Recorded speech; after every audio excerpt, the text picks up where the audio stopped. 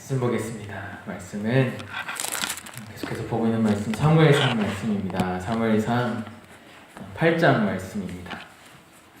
사무엘상 8장 1절에서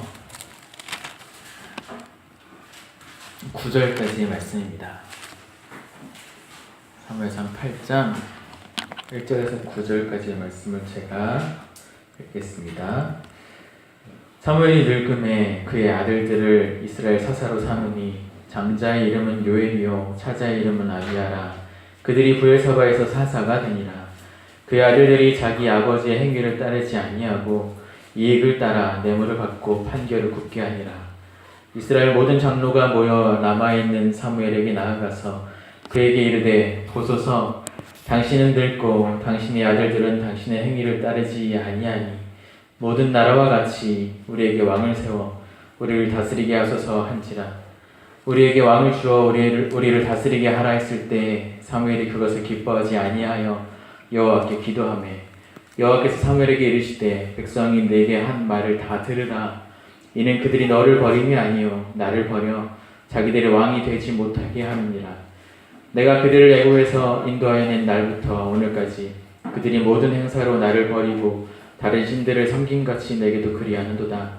그러므로 그들의 말을 듣되 너는 그들에게 엄히 경고하고 그들을 다스릴 왕의 제도를 가르치라. 아멘. 오늘 말씀은 우리에게 왕을 주소서라는 제목으로 말씀을 나누려고 합니다.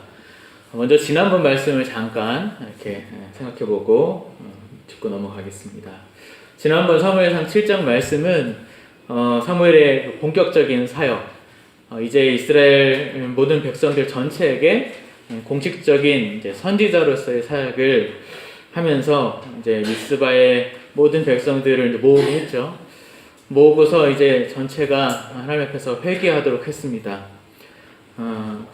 그렇게 회개하는 중에 모든 백성이 한 자리에 모여 있으니까 이제 블레셋이 그걸 보고 마침 잘 됐다 하고 쳐들어오는데 백성들의 요구에 의해서 사무엘이 백성들을 대표하여 기도하고 또 제사를 드림으로 인해서 하나님 그것을 받으셔서 하나님이 블레셋을 이제 큰 우레로 자연의 그런 모든 능력으로 블레셋을 이제 몰아내시고 이스라엘이 블레셋에게 빼앗겼던 영토 모든 것을 다 회복하였었던 그런 놀라운 하나님의 역사를 경험하였었던 그런 말씀을 나누었었습니다. 그래서 사무엘이 다스리는 동안에는 더 이상 블레셋이 쳐들어오지 못했고 사무엘이 다스리는 동안에 이스라엘이 내내 평화로웠다라는 말씀을 통해서 이제 사무엘 7장에 사무엘의 존재를 이렇게 부각시키죠. 이스라엘은 그러니까 사무엘 없이는 하나님의 그 어떠한 구원과 보호와 동행이 불가능했었던 하나님의 은혜를 누릴 수 없었던 자들이었다라는 것을 보게 됩니다. 즉 사무엘, 즉 중보자 그리스도를 이렇게 보게 하심으로 사무엘을 통해서 중보자 그리스도를 보게 하심으로 이스라엘 백성의 구원과 보호와 하나님과 동행이 이스라엘 백성들의 회개나 기도나 헌신과 제사로 인하여 하나님의 은혜를 입는 것이 아니라 중보자 그리스도로 말미암은 그런 구원과 보호와 동행이었다라는 그 구원의 근거와 이유와 조건에 대해서 말씀해주고 있었죠. 그래서 우리는 우리 자신의 그 무엇 때문에 하나님의 은혜를 입는 것이 아니라 오직 그리스도의 의를 힘입어 그리스도만이 모든 것의 근거와 이유와 조건이 되어 주셔서 하나님께 우리가 은혜를 받게 되는 것이다 라는 사실을 기억하는 시간이었습니다.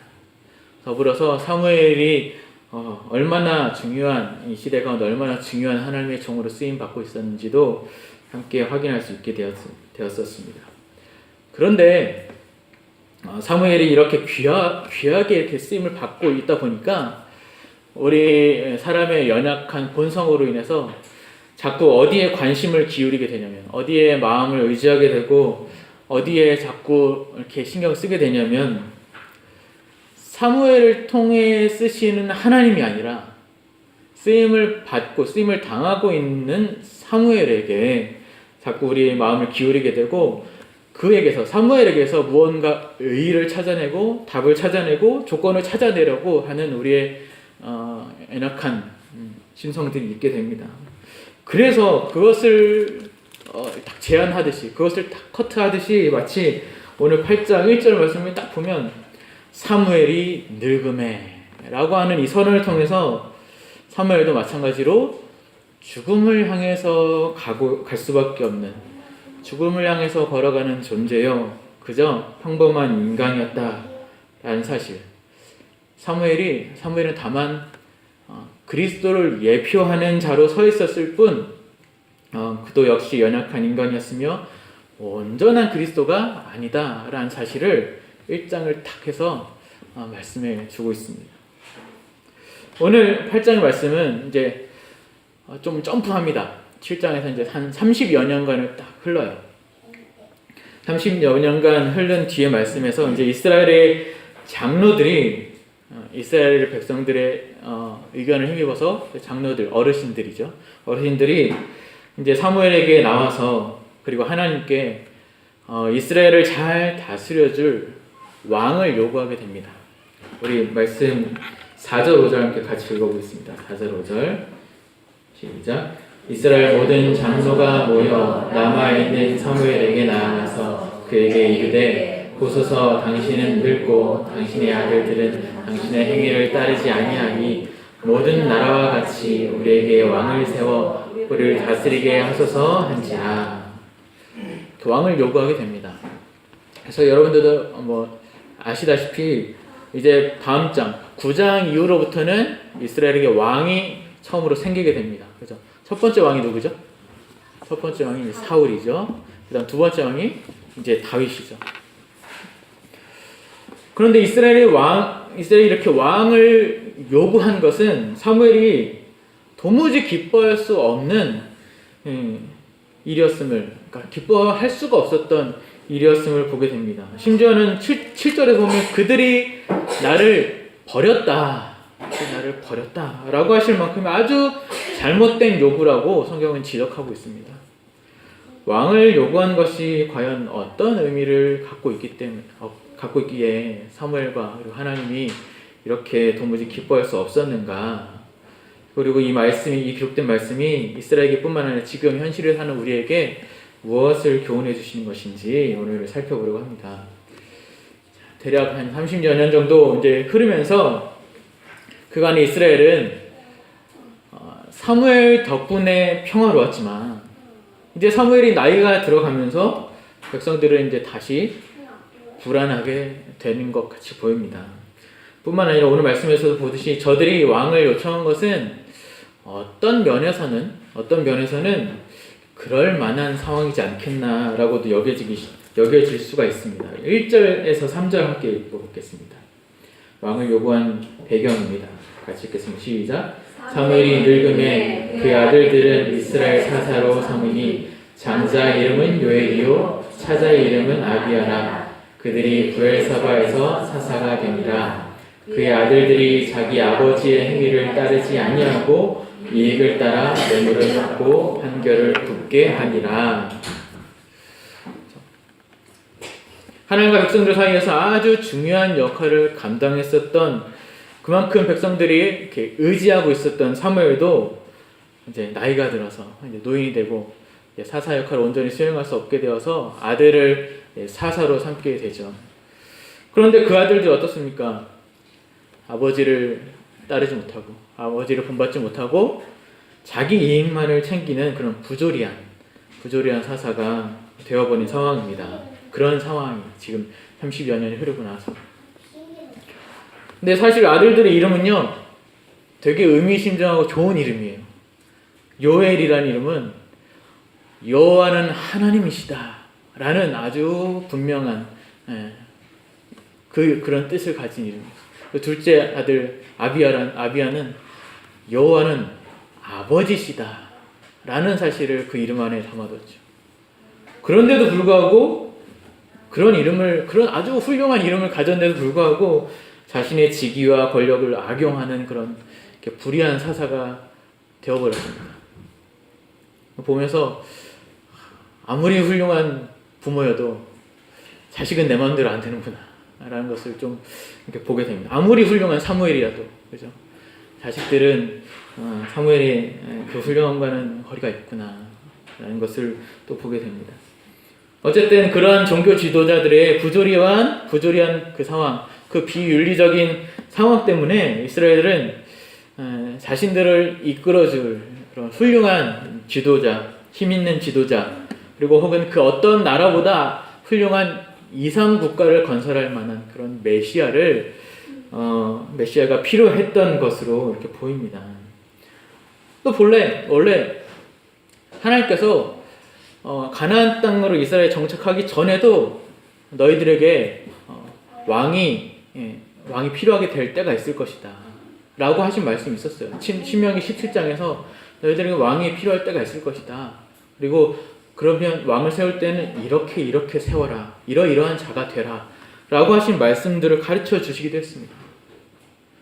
그리고 뿐만 아니라 사사기 말씀에서도, 신명기 딱 지나온 사사기 말씀에서도 내내 계속해서 반복하고 있는 말씀이 뭐냐면, 이스라엘의 왕이 없으므로 사람이 각기 자기 소견에 오른 대로 행하였더라 라는 말씀이 계속 등장하잖아요. 그 말씀을 계속하신 것을 보면 이스라엘에게 왕이 실제로 필요한 것처럼 그렇게 보여지기도 하고, 그래서 저들이 왕을 요구한 것은 어찌 보면 부당한 것이 아니라 정당한 것이 아니겠는가 라는 것처럼 생각할 수도 있겠습니다. 그래서 저들의 요구가 왜 하나님이 그렇게 실망한 것인가 라는 의문을 가지게 되죠. 그러나 이 사무엘에게, 그리고 하나님께 왕을 세워달라고 했던 것은 사무엘의 마음을 굉장히 마음 아프게 한 것이었고, 하나님께 심각한 문제가 되었다는 것을 보게 됩니다. 대체 뭐가 문제였을까요? 뭐 때문에 사무엘의 마음, 그리고 하나님의 마음이 이렇게 버림받은 자의 심정과 같은 그런 아픈 마음이었을까요? 7절을 보겠습니다. 같이 읽겠습니다. 시작. 여호와께서 사무엘에게 이르시되 백성이 네게 한 말을 다 들으라. 이는 그들이 너를 버림이 아니요 나를 버려 자기들의 왕이 되지 못하게 함이니라. 나를 자기들의 왕이 되지 못하게 함이니라.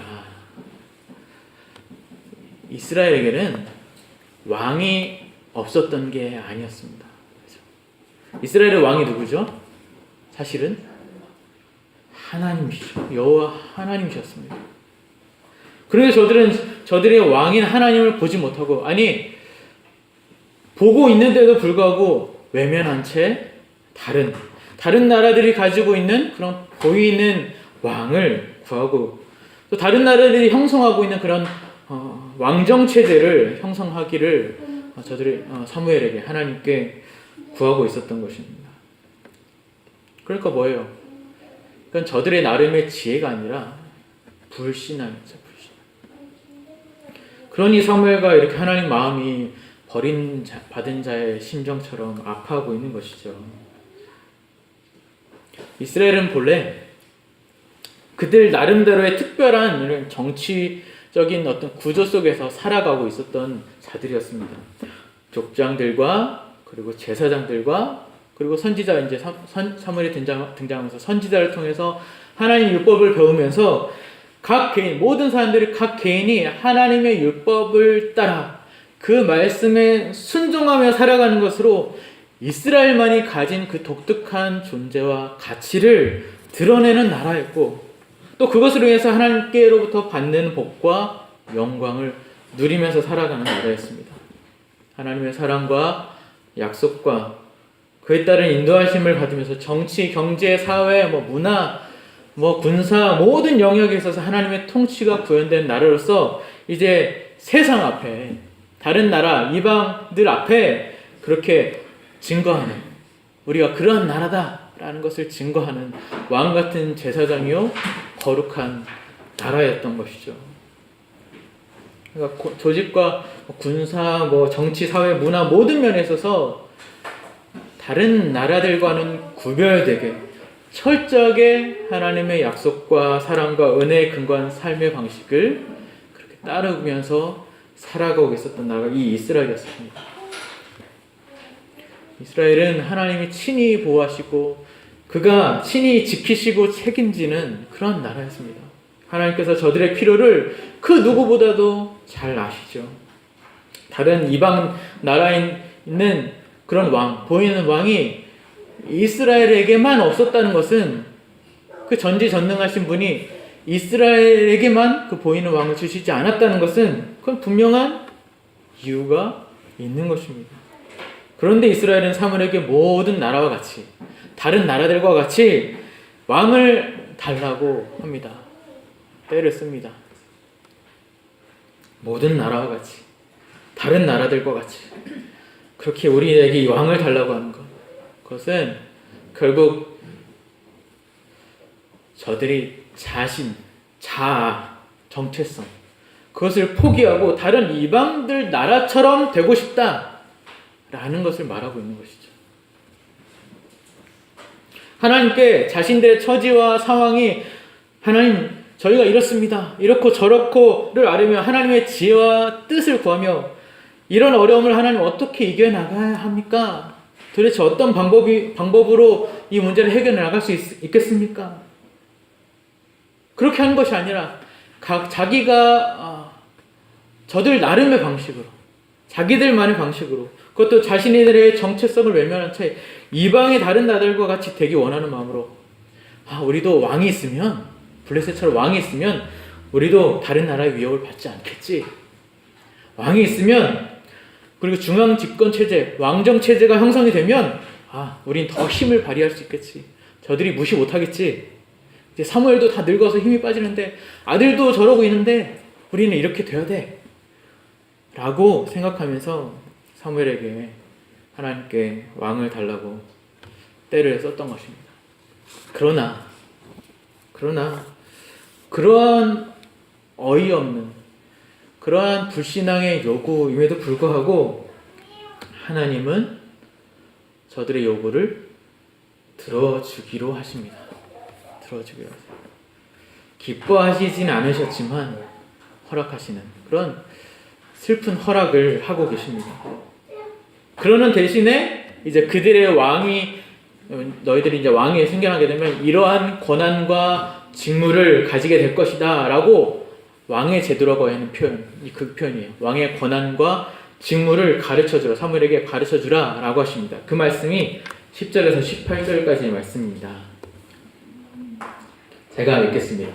사무엘이 왕을 요구하는 백성에게 여호와의 모든 말씀을 말하여 이르되 너희를 다스릴 왕의 제도는 이러하니라. 그가 너희 아들들을 데려다가 그의 병거와 말을 어거하게 하리니 그들이 그 병거 앞에서 달릴 것이며 그가 또 너희 아들들을 천부장과 오십부장을 삼을 것이며 자기 밭을 갈게 하고 자기 추수를 하게 할 것이며 자기 무기와 병거의 장비도 만들게 할 것이며 그가 또 너희의 딸들을 데려다가 향료 만드는 자와 요리하는 자와 떡 굽는 자로 삼을 것이며 그가 또 너희의 밭을 포도원과 감람원에서 제일 좋은 것을 가져다가 자기의 신하들에게 줄 것이며 그가 또 너희의 곡식과 포도원 소산의 11조를 거두어 자기의 관리와 신하에게 줄 것이며 그가 또 너희의 노비와 가장 아름다운 소년과 나귀들을 끌어다가 자기 일을 시킬 것이며 너희 양떼의 10분의 1을 거두어 가리니 너희가 그의 종이 될 것이라. 그날에 너희는 너희가 택한 왕으로 말미암아 부르짖을 때 그날에 여호와께서 너희에게 응답하시지 아니하시리라 하니. 왕정이 이루어지게 될 경우 이제 왕이 생기게 될 경우 어떻게 될 거라고 하시죠? 이제 그 왕은 자기를 위해서 강제에 징용하게 될 거고 노동을 착취하게 될 거고 자기 이익을 위해서 왕가를 유지하기 위해서 너희들에게 세금을 걷어가게 될 것이고 이제 이기적으로 권력을 남용하여서 이제 너희를 종으로 삼게 될 것이다. 그때 후회해도 어찌할 수 없다 라고 선언하고 계시는 거예요. 그래도 괜찮겠냐? 그러시는 거죠. 그래서 이스라엘이 뭐라고 그래요? 19절 20절 같이 읽겠습니다. 시작. 백성이 사무엘의 말 듣기를 거절하여 이르되 아니로소이다. 우리도 우리 왕이 있어야 하리니 우리도 다른 나라들 같이 되어 우리의 왕이 우리를 다스리며 우리 앞에 나가서 우리의 싸움을 싸워야 할 것이니이다 하는지라. 사무엘이 백성의 말을 다 듣고 여호와께 아뢰매 여호와께서 사무엘에게 이르시되 그들의 말을 들어 왕을 세우라 하시니 사무엘이 이스라엘 사람에게 이르되 너희는 각기 성읍으로 돌아가라 하니라. 이스라엘이 뭐라고 그러는 거죠? 괜찮습니다. 그래도 왕을 주십시오. 저들의 그 현실적인 필요 때문에 이스라엘은 눈이 멀고 귀가 먼 것입니다. 사무엘의 그 엄중한 경고에도 불구하고 그럴까요? 괜찮습니다. 어찌됐든 왕을 주십시오. 라고 하는 것입니다. 하나님은 저들의 요구에 응해 주십니다. 될 대로 되려가 아니라 그것을 통해서도 하나님의 섭리를 보여주시기 위함입니다. 이스라엘의 그 신앙적 현실을 보면 참 씁쓸하죠. 막막합니다. 어찌 저럴까 싶습니다. 우리 말씀 하나 찾아보겠습니다. 이사야 말씀입니다.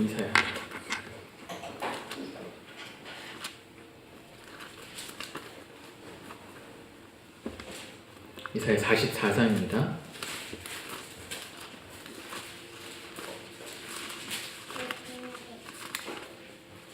이사야 44장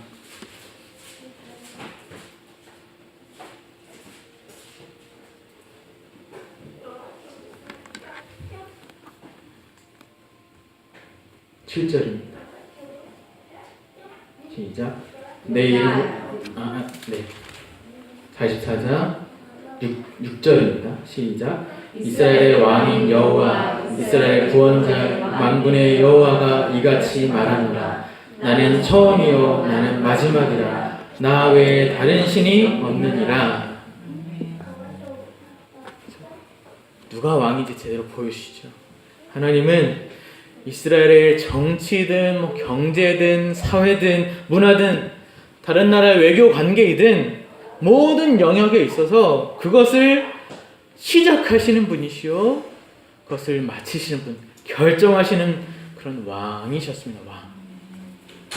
그러나 저들의 눈은 여전히 다른 나라들과 같은 그렇게 보여지고 또 다른 나라들에게 보이게 할 수 있는, 보일 수 있는 그런 왕을 구하고 있기에 하나님은 버림받은 자의 심정일 수밖에 없었던 것이죠. 자, 그렇다면 아까 언급했었던 사사기 말씀, 이스라엘의 왕이 없으므로 사람이 각기 자기 소견에 옳은 대로 행하였더라 라고 하는 사사기에 자주 등장하는 이 말씀의 의미를 좀 새롭게 보실 수 있을 겁니다. 조금 달리 해석할 수 있게 됩니다. 이 말씀이 이스라엘 왕이 없으므로 사람이 각기 자기 소견에 옳은 대로 행하였더라, 이 말씀이 정말로 이스라엘의 왕이 필요했다는 뜻이었을까요? 이스라엘이 저렇게 각기 자기 소견에 옳은 대로 행한 탓이 왕이 없었기 때문이다 라는 것일까요?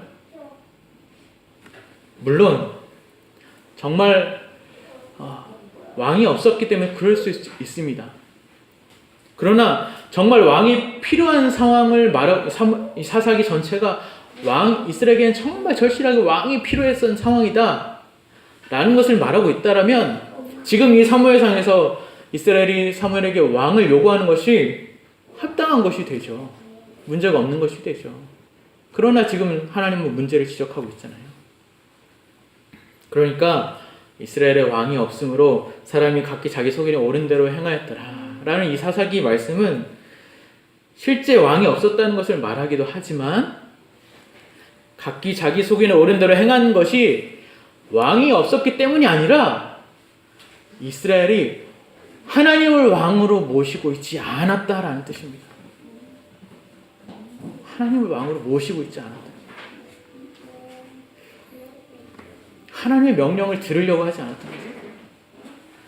하나님의 명령을 받아서 순종하는 삶이 아니라 내가 옳은 대로 하나님 명령을 거역하고 다 자기 말이 맞는 거죠.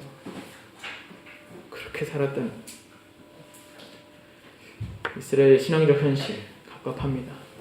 아무리 정신을 차리게 하려고 하나님이 큰 우레를 동원하여 그들을 보호하고 블레셋을 무찌르어 버리고 영토를 다시 회복하게 해주고 또 언약궤의 그 무시무시함을 보여주셨음에도 불구하고 이스라엘은 돌아서면 까먹어 버린다. 돌아서면.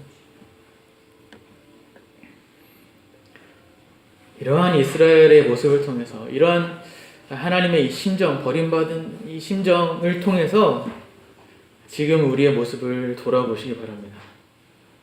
우리도 이스라엘과 같이 이방 민족들, 세상 사람들과의 이런 이렇게 경쟁 속에서 살아가고 있지 않습니까? 그죠? 그래서 이기고 싶고, 더 높아지고 싶고, 자랑하고 싶고, 더 가지고 싶고, 더 누리고 싶고, 더 힘 있는 자리에 있는 것이 인생의 그런 목적인 줄로 아는 그런 세상 속에서 살아가고 있습니다. 아니, 높아지는 것 필요 없어요. 저들보다 못났다는 소리만 안 들으면 돼요. 저들이 무시하지 않기만 하면 돼요. 라고 하는 그런 정도의 어떤 신앙적인 현실, 현실적인 그런 요구 속에서 우리가 살아가고 있죠. 그러한 현실에서, 그런 여러분들 현실에서 여러분들은 지금 무엇을 구하고 계십니까? 무엇이 있어야 이 세상을 좀 더 잘 살아낼 수 있다고 생각하십니까? 여러분을 지켜주고 여러분을 든든하게 해주고 여러분을 좀 있어 보이게 할 만한 것이 무엇이라고 생각하고 계십니까? 돈을 원하십니까? 우리 교회 성도님들은 그런 수준은 아닌 것 같아요. 그렇죠? 돈이 우리를 지켜줄 것이다 이런 생각. 명예를 원하십니까? 명예는 거창하지만 이런 거예요. 다른 사람들의 관심과 칭찬받는 그걸 원하는 명예를 원하십니까? 그것도 아닌가요? 그럼 자녀들의 진학과 진로 문제. 새 학기가 되면 새로운 직장에 가게 되면 그리고 이렇게 결혼을 하게 될 때도 늘 이런 기도를 하게 됩니다. 좋은 선생님 만나고, 좋은 친구 만나고, 그죠? 회사에서는 좋은 상사 만나고, 결혼할 때는 좋은 남편, 좋은 신랑 만나고, 이렇게 막 기도하죠. 하나님 좋은 친구 만나게 해주세요. 우리 자녀, 우리 누구가 좋은 선생님 만나게 해주세요. 또 결혼할 땐 좋은 사람 만나야 될 텐데, 이런 기도하잖아요.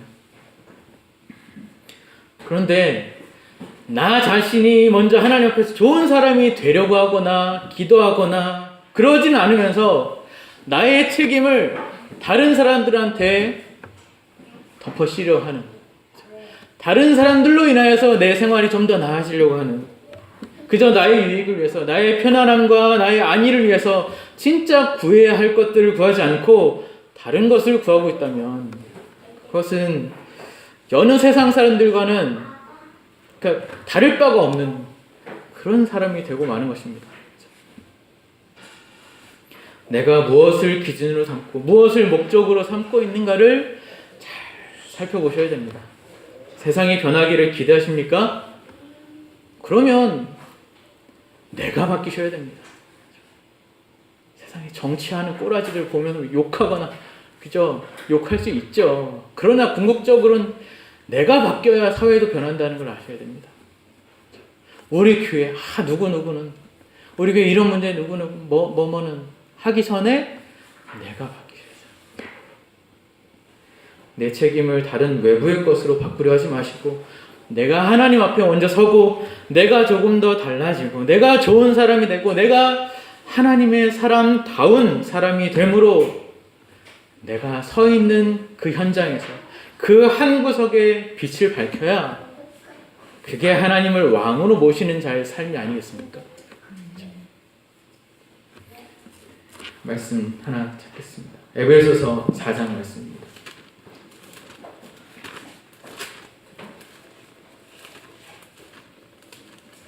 에베소서 4장 17절에서 24절입니다. 에베소서 4장 17절에서 24절 같이 읽겠습니다. 시작. 그러므로 내가 이것을 말하며 주 안에서 증언하노니 이제부터 너희는 이방인이 그 마음에 허망한 것으로 행함같이 행하지 말라. 그들의 총명이 어두워지고 그들 가운데 있는 무지함과 그들의 마음이 굳어짐으로 말미암아 하나님의 생명에서 떠나 있도다. 그들이 감각 없는 자가 되어 자신을 방탕에 방임하며 모든 더러운 것을 욕심으로 행하되 오직 너희는 그리스도를 그같이 배우지 아니하였느니라. 진리가 예수 안에 있는 것 같이 너희가 참으로 그에게서 듣고 또한 그 안에서 가르침을 받았을진데 너희는 유혹의 욕심을 따라 썩어져가는 구습을 따르는 옛사람을 벗어버리고 오직 너희의 심령이 새롭게 되어 하나님을 따라 의와 진리의 거룩함으로 지으심을 받은 새 사람을 입으라. 새 사람을 입으십시오. 근데 세상은 우리를 가만두지 않죠. 그렇죠? 가만 놔두지를 않습니다. 조금 정신 차렸다 싶으면 또 건드리고 또 건드리고 우리 자존심을 계속 건드립니다. 에이, 그래가지고 어떻게 살아? 그렇죠? 아, 그래가지고 행복하니? 그러면서 막 불쌍하다, 뭐 멍청하다, 지질이 궁상이다, 뭐 이런 그렇게 비웃으며 우리의 마음을 흔들고 유혹합니다. 그러한 자들 앞에서 당당하게 그렇게 외치십시오. 말로 외치지 마시고 마음으로 그렇게 당당하게 외치십시오. 영광의 왕이 누구시냐? 강하고 능한 여호와시요 전쟁에 능한 여호와시니라. 시편 24편에 있는 말씀입니다. 또 만일 하나님이 우리를 위하시면 누가 우리를 대적하리요? 로마서 8장 31절 말씀입니다. 그 말씀으로 여러분의 심정을, 여러분의 마음을 붙들어 매십시오. 당당하십시오. 하나님이 우리 왕이시며 그의 명령 안에, 그의 말씀 안에 거하는 삶, 그 말씀을 따라 순종하는 삶이 비록 고단해 보이고 억울하고 원망스러울지라도 그것이 가장 안전한 줄로 믿습니다. 가장 복된 삶인 줄 믿습니다. 그렇다면 여러분은 지금 이제 여러분의 삶뿐만 아니라 이제 우리 교회를 든든히 세워 나가기 위해서 무엇이 가장 필요하다고 생각하십니까? 우리 교회가 좀 더 이렇게 든든하게 잘 세워가기 위해서 무엇이 필요하다고 생각하십니까? 무엇이 교회를 교회답게 만들어 간다고 생각하십니까?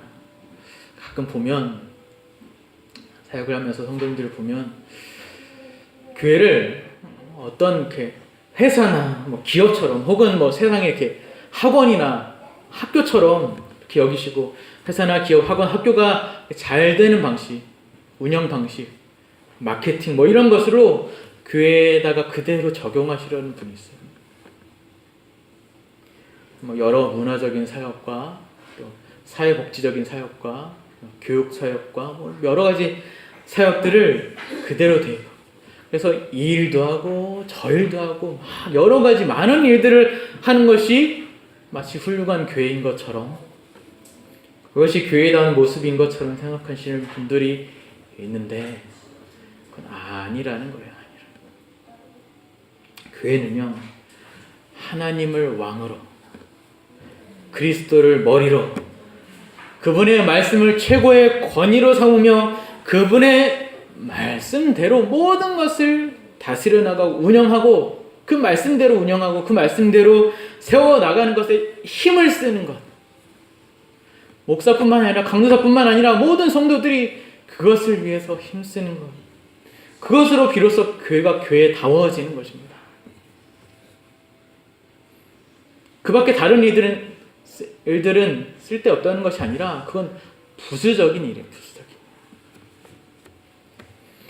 그래서 교회에 무슨 문제가 있을 때는 물론 기도해야 되지만 기도하고서 자신이 세상에서 그렇게 쓰던 방식으로 지혜를 내놓는 것이 아니라 내가 살아보니 이렇더라, 내가 경험해보니 이렇더라, 이런 경험을 해봤는데 이것이 더 좋더라 하면서 기도하고서 그것으로 교회의 문제를 해결하라고 안건을 내놓는 것이 아니라 우리에게 이미 주신 하나님 말씀, 성경 말씀을 살피고 그 말씀이 이럴 때는 어떻게 하라는가, 저럴 때는 어떻게 하라는가, 그것을 공부해 나가면서 배우며 그 말씀대로 교회 가운데 적용하며 그것을 위해서 힘쓰는 것, 그래서 교회 문제를 하나하나 해결해 나가는 것, 그것이 바로 교회다움입니다.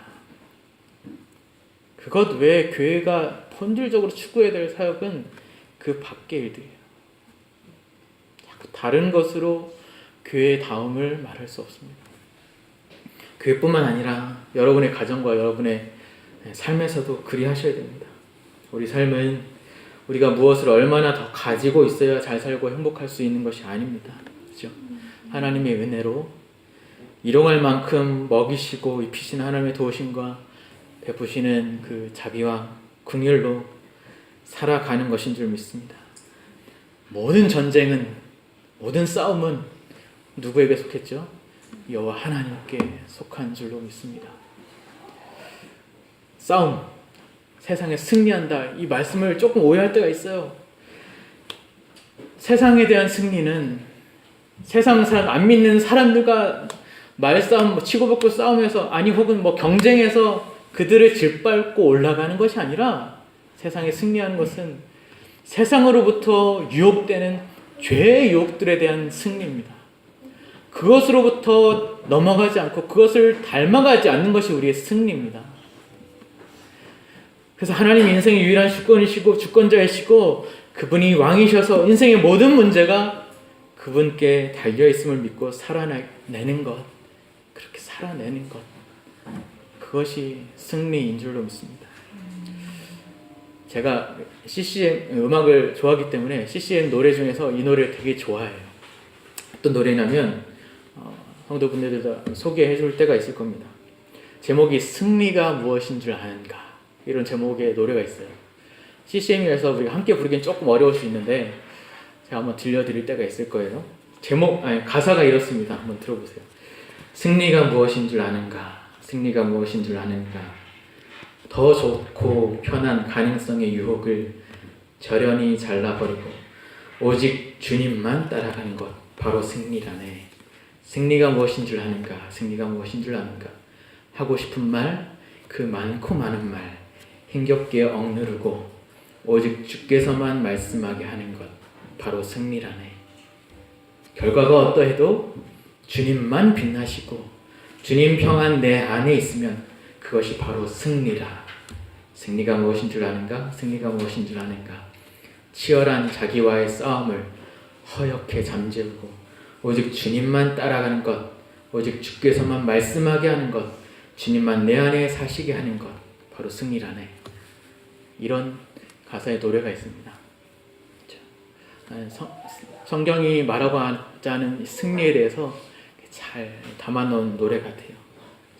한번 들려드리도록 하겠습니다. 말씀 마치겠습니다. 모든 나라와 같이 혹은 다른 나라들과 같이 왕을 세워주십시오 하며 자기들의 왕을 구했던 이스라엘 백성들은 나라를 위한 지혜로움이 아니라 하나님을 신뢰하지 못했던 불신앙이고 어리석음이었습니다. 이스라엘 백성들뿐만 아니라 우리도 그죠, 하나님을 왕으로 모시고 있는 자들이죠.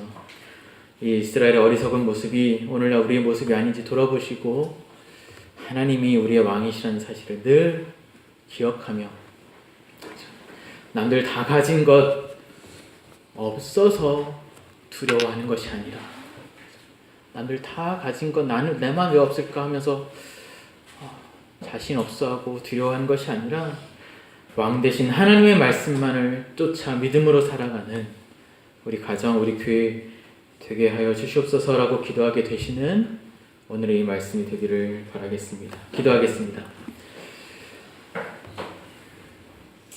하나님 아버지, 우리 왕이 하나님이심에도 불구하고 다른 것을 의지하고 다른 것을 더 두려워했던 모습이 우리의 모습이 아닌지 돌아봅니다. 하루하루가 나의 뜻대로 되지 않는 어려움의 연속이지만 우리 자신의 고집과 욕심과 판단으로 살기보다 하나님께 우리의 마음을 다 맡기고 주의 뜻을 구하며 주의 뜻대로 살아가는 것이 우리의 기쁨이 되게 하여 주시옵소서. 우리의 어려움을 주께서 아시는 줄 믿사오니 우리를 친히 다스려 주시고 능히 이기게 하시고 감당하며 승리하는 인생 될 수 있도록 인도하여 주시옵소서. 교회가 교회다워지며 하나님의 자녀가 하나님의 자녀다워지는 영광을 누리기 원합니다. 은혜를 베풀어 주시옵소서. 예수님의 이름으로 기도하옵나이다. 아멘. 찬송 한 장 하시고 같이 기도하는 시간 갖겠습니다. 찬송가 334장입니다.